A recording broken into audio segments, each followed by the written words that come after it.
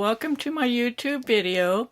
In this video I'm going to demonstrate how to make a knit stitch using the Continental or picking method and also using the English or throwing method.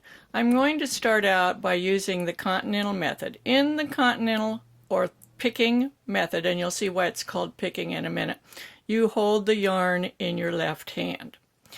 Does not mean that it's necessarily for left-handed knitters.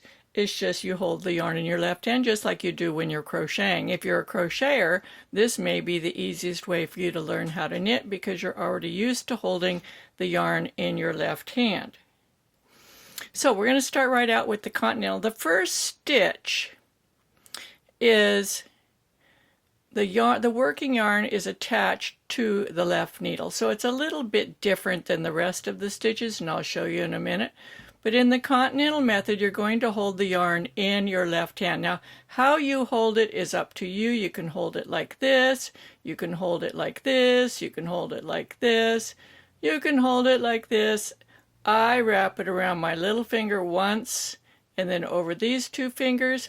And I use this right here as a braking system so that I can release the yarn or I can trap the yarn to maintain the tension that I want to use. I have a very good video on this in detail, which I'll link up here in the corner for the people who hold their yarn in the left hand.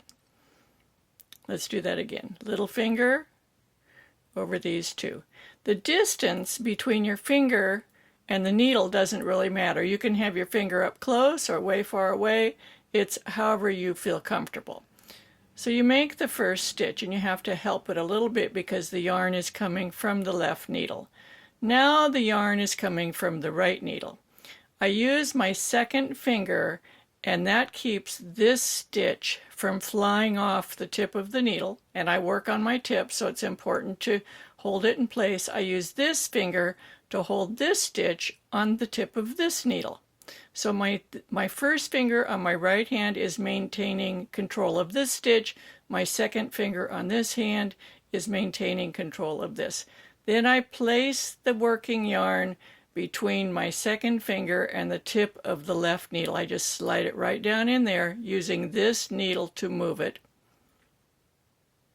And I pick it off my finger.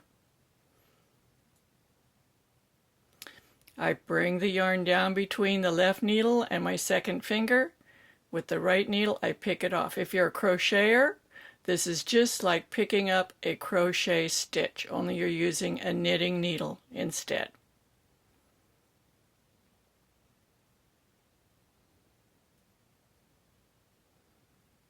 I have a video I'll also share up here on we're doing even tension by working on the tips of your needles. It goes into much greater detail, and that shows Continental and English methods as well.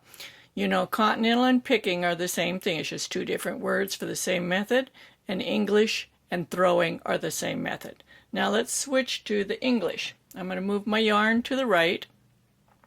And same thing, I hold my yarn the same way in my left hand, but you can hold it however you want. Sometimes when people are first learning, it's easiest if they just hold the yarn like this.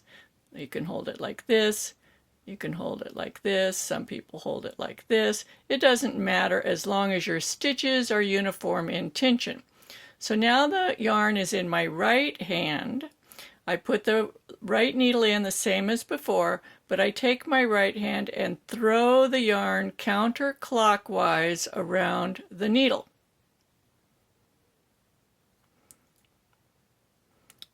This is why it's called throwing.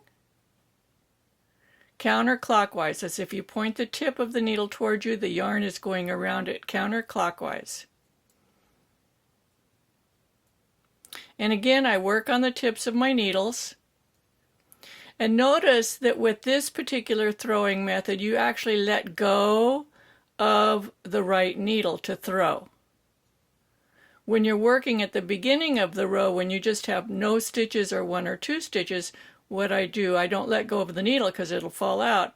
I put my needle in here and then I use my thumb and my finger of my left hand to hold the needle while I throw the yarn around.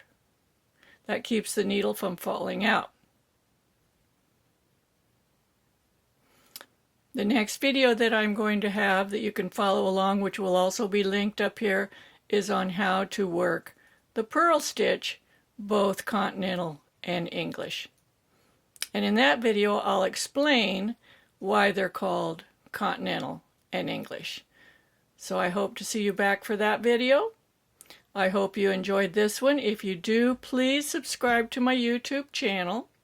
Give me a thumbs up, leave me a comment. I love to hear comments from my viewers. Happy knitting, and come back and see me again. Bye-bye.